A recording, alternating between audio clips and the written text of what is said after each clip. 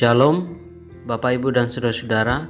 Bersyukur untuk kasih Tuhan buat kita semua di hari ini, di minggu yang baru ini. Mari saudara-saudara, sebelum memulai segala aktivitas kita di hari ini, kita sama-sama mendengar firman Tuhan, atau kita sama-sama merenungkan satu bagian firman Tuhan di dalam Injil Markus pasal yang ke-7 ayat 24 sampai 30. Demikian firman Tuhan. Lalu Yesus berangkat dari situ dan pergi ke daerah Tirus.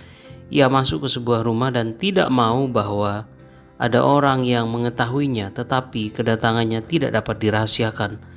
Malah seorang ibu yang anaknya perempuan kerasukan roh jahat segera mendengar tentang dia, lalu datang dan tersungkur di depan kakinya. Perempuan itu seorang Yunani bangsa Siro-Fenisia. Ia memohon kepada Yesus untuk mengusir setan itu dari anaknya.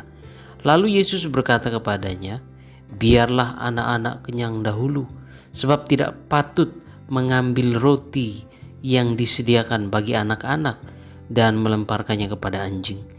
Tetapi perempuan itu menjawab, "Benar Tuhan, tetapi anjing yang di bawah meja juga makan remah-remah yang dijatuhkan anak-anak."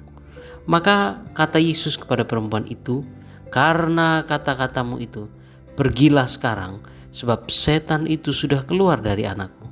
Perempuan itu pulang ke rumahnya, lalu didapatinya anak itu berbaring di tempat tidur, sedang setan itu sudah keluar.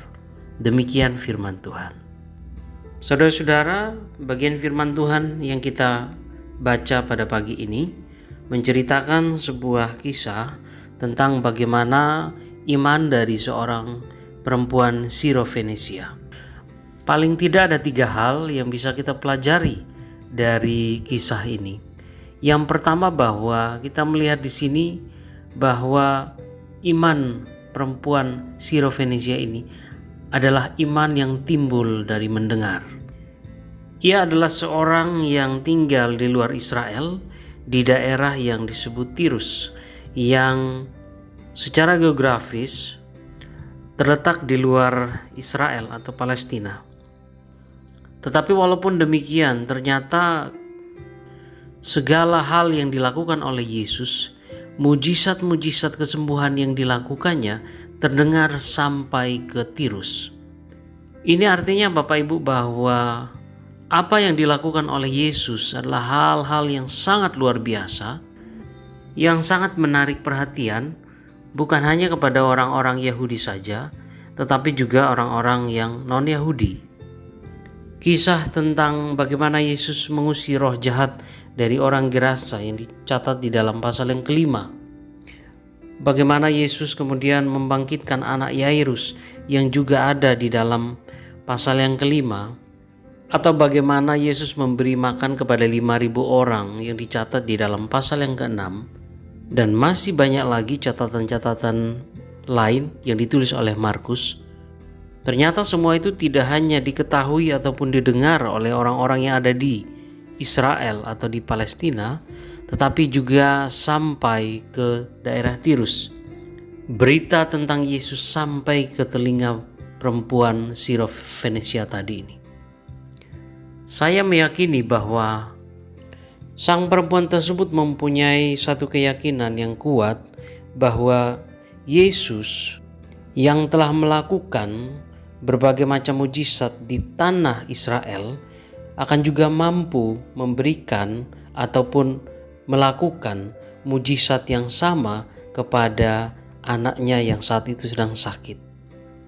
Itu sebabnya maka di bagian yang kedua pelajaran pada pagi hari ini, kita juga mencatat atau saya mencatat bahwa perempuan tadi pun kemudian mempunyai kerinduan atau hasrat yang sangat besar untuk bertemu dengan Yesus. Dengan berani ia datang ke hadapan Yesus dan meminta pertolongannya. Walaupun dalam catatan Markus pasal 7 ayat 27 terlihat seolah-olah Yesus menolak permintaannya, namun kemudian perempuan tadi menunjukkan kesungguhannya, imannya, percayanya di dalam ayat yang ke-28 bahwa benar Tuhan, tetapi anjing yang di bawah meja juga makan remah-remah yang dijatuhkan anak-anak. Apa yang dikatakan oleh perempuan tadi menunjukkan sikap imannya dan juga kerendahan hatinya yang begitu luar biasa. Maka sekali lagi kerinduan atau hasrat yang besar dari perempuan tadi untuk bertemu dengan Yesus semata-mata didorong oleh iman dan juga kerendahan hati yang dimilikinya. Di bagian yang ketiga kita dapat melihat juga di sini ada belas kasihan Allah yang dilakukan oleh Yesus Kristus. Saudara-saudara, belas kasih Yesus tidak dibatasi oleh wilayah, suku, agama, dan perbedaan lainnya. Sekali lagi saudara-saudara, bahwa tindakan Tuhan Yesus bagi perempuan tadi atau sang ibu tersebut dan juga anaknya menunjukkan bahwa kasih Allah terbuka bagi semua orang, semua manusia, apapun latar belakang hidupnya. Orang berdosa sekalipun, jika ia datang kepada Tuhan dalam kerendahan hati dan kesadaran diri yang tulus, maka ia akan diperkenan dan diberkati oleh Tuhan. Kiranya firman Tuhan pagi ini memberkati kita sekalian. Mari kita berdoa.